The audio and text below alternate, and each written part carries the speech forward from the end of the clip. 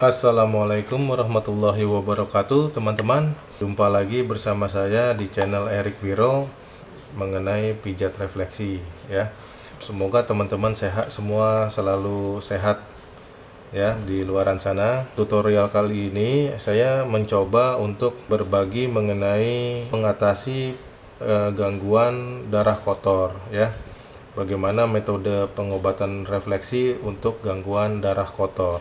Sebelum memijat itu ada tahapan-tahapannya, yaitu stretching ya. Stretching itu adalah kita melemaskan otot-otot yang ada di telapak kaki ya.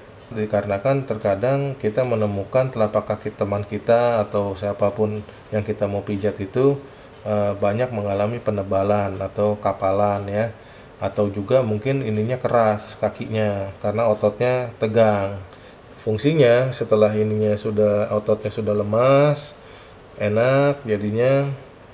Nah, itu pada saat kita melakukan pemijatan refleksi, itu nanti yang kita harapkan adalah nanti hasilnya adalah maksimal seperti itu.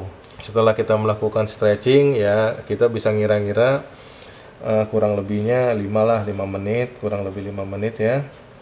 Nah, itu sampai ini terlihat atau kita merasakan bahwa ini sudah lemas ya otot-ototnya ya. Nah, kita balurkan ini telapak kakinya dan bagian atas ini dengan hand body lotion. Bisa juga dengan minyak kelapa, bisa juga dengan minyak urut atau minyak olive oil. Nah, fungsinya apa dari melumasi dengan hand body dan teman-temannya tadi itu? Fungsinya adalah pada saat nanti kita memijat itu adalah supaya tidak kulit yang kita pijat itu nanti tidak lecet di titik-titik sarafnya. Nah, seperti itu teman-teman. Nah, kali ini karena kita membahas mengenai darah kotor, berarti kita ini biasanya banyak penyebabnya ya, darah kotor ini ya. Mungkin dari faktor makanan dan minuman ya. Bisa juga mungkin kita istirahatnya kurang, pola tidur kita kurang. Nah, itu juga bisa menyebabkan darah kotor. Hal yang pertama sebelum kita melakukan pemijatan itu adalah di sini kita melakukan penitikan di titik refleksi 3 titik yang paling utama. Nah, berdasarkan pengalaman saya itu adalah sebelum kita memijat 3 titik ini harus selalu kita pijat. Yaitu titik pertama itu adalah ginjal ya. Nah, kita coba di sini nih kita tentukan titik ginjal. Nah, titik ginjal itu sejajar dengan ini nih. Antara telunjuk dengan jari tengah. Nah, posisinya dia adanya di sekitar sini. Jadi kalau kita kita gini ini ada tulang. Nah, itu kita begini, kita gini ya. Kita balik begini. Jadi ini ada tulang sejajar. Nah, ini kita beginiin. Nah, itu titiknya biasanya ada di sini. Sekitar sini nih. Nah, ini bisa juga kalau misalkan ininya ketekuk di sininya nih. Nah, ini nih pas nekuk begini nih. Nah, ini ada sejajar di sini ya, kurang lebih di sini teman-teman. Nah, untuk teknik pemijatannya itu bisa seperti dengan menggunakan jari tangan ya, jari tangan seperti ini, cuman bukan kena ininya tapi kena bagian sininya ya, atau bagian sininya nih teman-teman nih ya, bukan kena bagian ujung. Kalau kena bagian ujung nanti ditakutkan itu yang kena malah kena kuku, jadinya dia malah sakitnya kena kuku ya. Nah, biasanya setelah kita udah tentukan kita pencet. Nah, pencet ini nih biasanya nih kalau misalkan dia memang ada kotorannya, ini terasa akan ada seperti pasir ya. Nah, ini juga atau ada benjolan di dalamnya seperti itu. Nah, untuk kadang-kadang kalau misalkan ini ternyata di sini ada pengerasan, kita bisa pakai bantu dengan alat bantu seperti ini ya, yaitu tongkat untuk memijat. Nah, ini kebetulan ini tongkat pemijatnya ini berbentuk lancip ya. Ini bukan lancip berarti bisa melukai, ini enggak, cuman runcing bagian ujungnya. Ada juga nanti tongkat yang ini tumpul, jadi dia bagian runcingnya lebih lebar bagian ujungnya. Nah, untuk hal-hal seperti ini itu nanti tinggal tergantung kebiasaan teman-teman aja. Nah, pada saat kita memijat ini tekanannya ini kurang lebih harus antara 1 sampai 2 kilo. Untuk menentukannya bagaimana ya, kita biasain, kita coba aja misalkan ini timbangan ya, ini timbangan kita pencet aja begini Nah, tekanan kita ini hitung sampai 1 sampai 2 kilo. Nah, kalau kita sudah tahu tekanannya kurang lebih gimana, nah itu kita bisa aplikasikan ke sini ya. Oke. Nah, pada saat memijat di titik ini, di titik refleksinya, usahakan jangan lari-lari. Misalkan gini, karena ini titik ada di sekitar sini, kita lari-lari sampai ke sini-sini. Nah, kita lari-lari ke sini, atau akhirnya titiknya tidak terkonsentrasi. Maka kita misalkan kita sudah dapatkan titiknya, kita gini, kita stabil, yang kita pencet di situnya aja ya. Nah, bila mana ada penyakitnya, nanti itu bisa langsung ketahuan. Nah, kalau memang ada penyakitnya, itu akan terasa nyeri. Nah ya, oke. Nah, lakukan hal itu selama 5 sampai 10 menit. Titik kedua yaitu adalah saluran kencing dan kandung kencing ya. Biasanya saya paling gampang seperti ini aja nih caranya nih.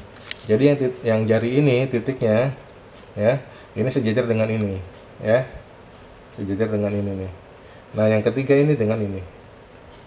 Oke. Nanti teman-teman bisa lihat di gambarnya ya. Nah, jadi kita pencet di sini juga kurang lebih 5 sampai 10 menit, teman-teman.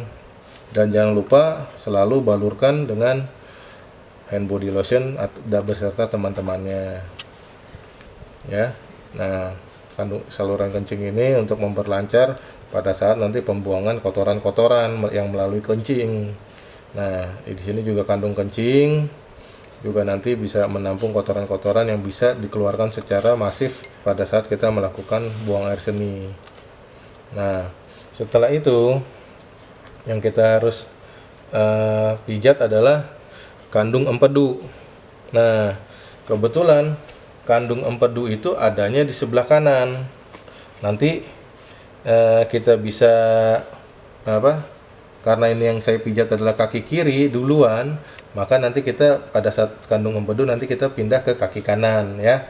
Nah, kita lanjut dulu lewatin kandung empedunya, yaitu kemudian yang kita harus pencet adalah limpa.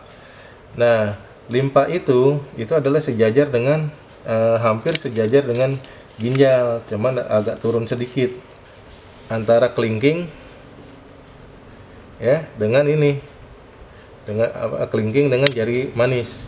Nah, jadi kalau kita ratain begini nih. Nah, ini kurang lebih di sini ya. Jadi ini ginjal, ini ada limpa daerah sini. Nah, nanti kita pencet. Kenapa limpa? Karena dia karena limpa itu mempunyai saluran-saluran yang lebih kecil yang disebut saluran limfe atau kelenjar getah bening, yang fungsinya membawa kotoran-kotoran yang nantinya akan dikeluarkan melalui sistem pembuangan yang ada di dalam tubuh ya, baik melalui BAB, melalui buang air seni, melalui keringat, maupun melalui nantinya kulit ya, jaringan kulit. Nah, itu nanti tergantung keluarnya lewat mana dia lebih gampangnya. Nah, ini kita pijat limpa ini kurang lebih 5 sampai 10 menit juga, teman-teman ya. Kemudian yang kita pencet itu adalah pituari. Nah, pituari itu letaknya adanya di jempol ya. Nah, jempol itu di bagian sebelah sini nih. Nah, ini kalau saya titikin nih, ini permukaan jempol ya. Nah, ini adanya posisinya dia dekat ini, daerah sini. Nah, situ. Nah, pituari ini kenapa? Karena dia mengatur segala fungsi organ-organ yang ada di dalam tubuh.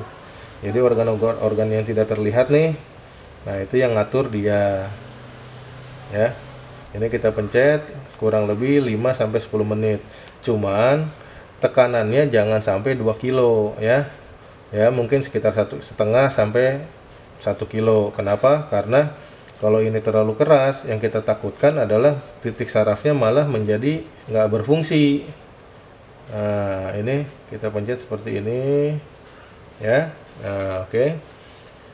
Setelah 5 sampai 10 menit ya, ini kemudian kita langsung ke titik pembuangannya, yaitu di sini ada yang namanya titik kelenjar getah bening ya. Jadi titik kelenjar getah bening ini sejajar dengan ini nih. sejajar dengan ini, dia adanya antara tulang ini dan tulang ini ya. Jadi nanti saya gambarin dulu. Nah, dia ini sejajar nih ya. Nah, itu kita pencet seperti ini. Ya, dari bawah ke atas ya. Karena kenapa? Semua harus mengarah ke atas, ke jantung ya. Nah, ini kita pijat segini.